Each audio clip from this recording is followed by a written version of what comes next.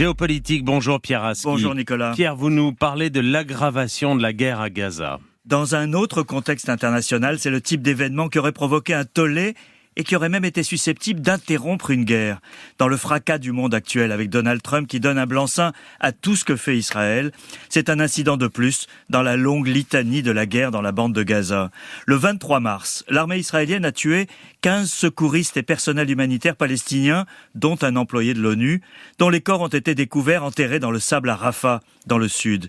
Initialement, l'armée israélienne a affirmé avoir tiré sur des terroristes et des véhicules suspects en pleine nuit. Mais le Croissant Rouge palestinien a diffusé samedi une vidéo de 6 minutes filmée de l'intérieur d'un des véhicules et découverte sur le téléphone portable d'une des victimes. Elle contredit la version d'Israël. On y voit la colonne de véhicules avançant avec des gyrophares allumés, sans ambiguïté, jusqu'à ce que les tirs se fassent entendre. L'armée israélienne a évoqué de possibles erreurs de communication, mais pour le haut commissaire de l'ONU pour les droits humains, Volker Türk, il pourrait s'agir d'un crime de guerre. Et quelles peuvent être les suites d'une telle affaire ? Elles seront nulles, Nicolas. Depuis le 7 octobre 2023 et cette nouvelle conflagration, les crimes de guerre sont légion des deux côtés.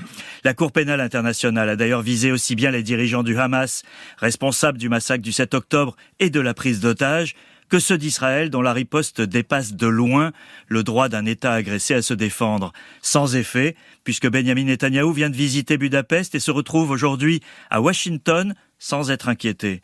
La guerre qui a repris se déroule sans aucun respect du droit international, à commencer par le blocus de l'aide humanitaire depuis le 5 mars par Israël. Les 2 millions de Palestiniens de Gaza sont soumis aux privations, aux bombardements, aux déplacements forcés. Le sort des otages encore aux mains du Hamas passe au second plan, aux grandes dames d'une partie de la population israélienne. Cette double tragédie se déroule sans témoins, la presse internationale est toujours interdite d'accès à Gaza, et dans la passivité du reste du monde. Et Emmanuel Macron se rend en Égypte dans ce contexte. Oui, c'est l'une des rares initiatives diplomatiques dans un monde gagné par les rapports de force. Un sommet à 3 se déroule aujourd'hui entre la France, l'Égypte et la Jordanie.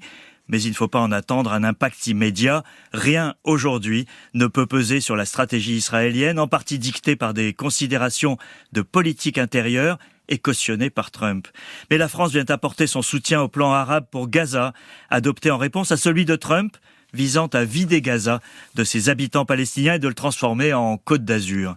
Les pays arabes n'en veulent pas et ont besoin du soutien de l'Europe pour y faire barrage. La France est également à l'origine d'une réunion sur la Palestine, co-organisée avec l'Arabie Saoudite, qui aura lieu en juin au siège des Nations Unies à New York. Mais dans le désordre mondial aggravé par les dernières décisions de Donald Trump, le sort des Palestiniens ne pèse pas lourd. Les 15 humanitaires tués à Rafah en sont le triste symbole. Merci Pierre Aski.